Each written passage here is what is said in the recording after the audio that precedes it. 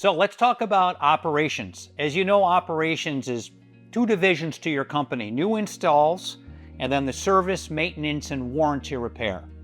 How do you handle the calls coming in when a customer has a problem, whether it's your customer or somebody else's customer? What are your process and procedures internally to handle that? How do you schedule your techs? How do you know what the capabilities are of each one of your techs to handle that call?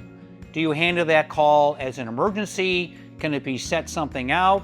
Does the customer have monitoring on that so you can schedule things a little bit better? And then how do you schedule that? If you have to schedule something out 4 or 5 weeks in advance, guess what? That customer is going to call somebody else.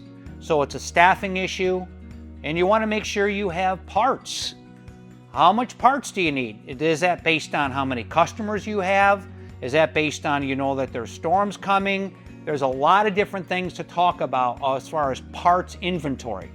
Another question is, who does the buying for your company? Is it a technician that just goes to a store and buys stuff? Do you have a sales or marketing person that does the buying for you, or do you have a purchasing manager that does that? There is a tremendous amount of money that is spent in purchasing. That should all be part of your operations group. Lastly, how do you handle emergency calls? When you have a pending storm coming, what do you do for have guys on standby? Do you have any guys on standby? Do they have their vans all set up and ready to go for that? Do you have standby generators in place, portables, for your customers that need them? All this needs to be looked at. All this needs to be talked about.